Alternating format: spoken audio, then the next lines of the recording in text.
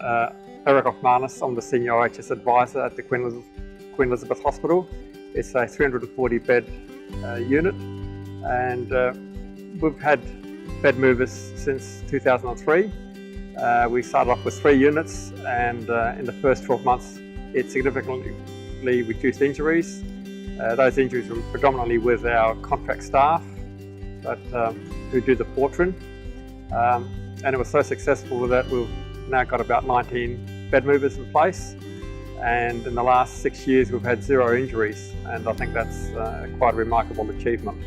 The people pushing beds do about 25 kilometres a day, we've worked out, in round trips, and that's a quite considerable effort. If you look at it, if you had to do that over a long distance from point A to point B on the road, you'd be quite alarmed at doing that, but we do that in the hospital and don't really think about it. So end of the day, people aren't as tired, not as stressful, and they're not worn out. Not necessarily having to have nurses escort patients when they're not needed, as in having to push the bed. So it allows more nursing hours back on the ward.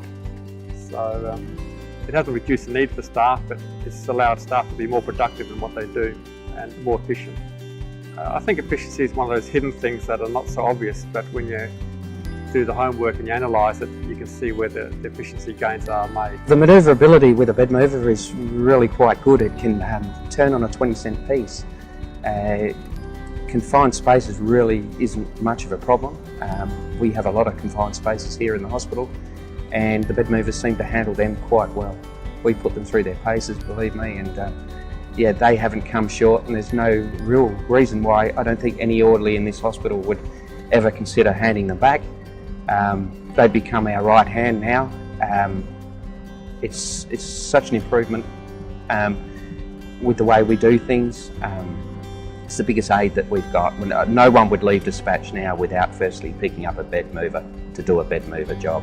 Well, as orderlies, we found that if a patient suffers from claustrophobia and we are to put them into a lift, it's better to put them in head first rather than feet first.